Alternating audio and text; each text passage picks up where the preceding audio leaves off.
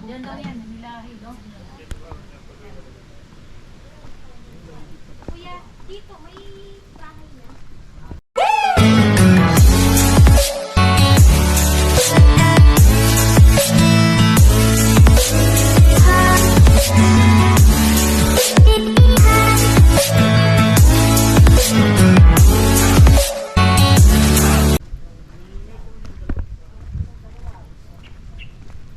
So what's up mga friends, nandito kami ngayon sa Morong, Rizal. Yan, so pinuntahan namin itong isang property dito sa Manila East Lake View Farm.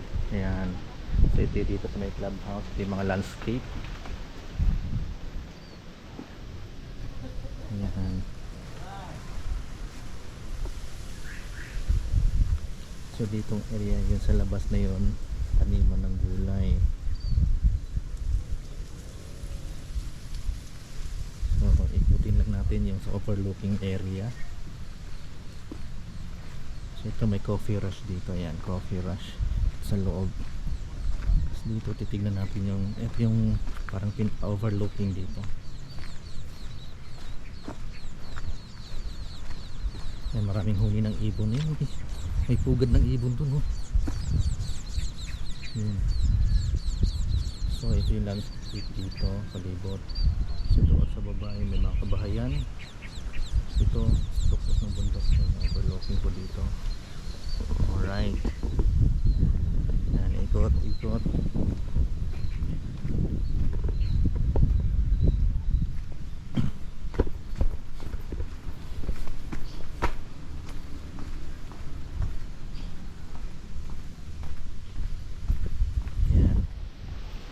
So di na natin maikot lang kasi may pupunta namin yung pinaka-side. Tignan namin. Naantay na po nila ako. Kasi di sila makapasok na sa sasakyan dahil ako yung driver. Sa akin yung susi. Lakas ng hangin dito mga friends. Yan.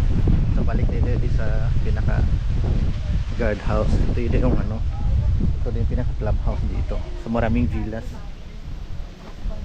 Yan.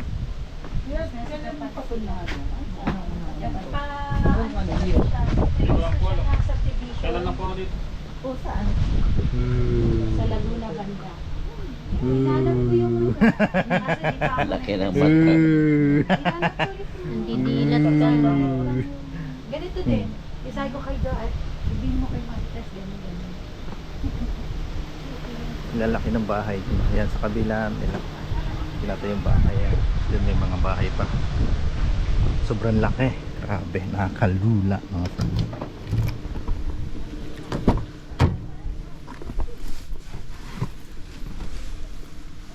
Okay. Dito na tayo sa loob.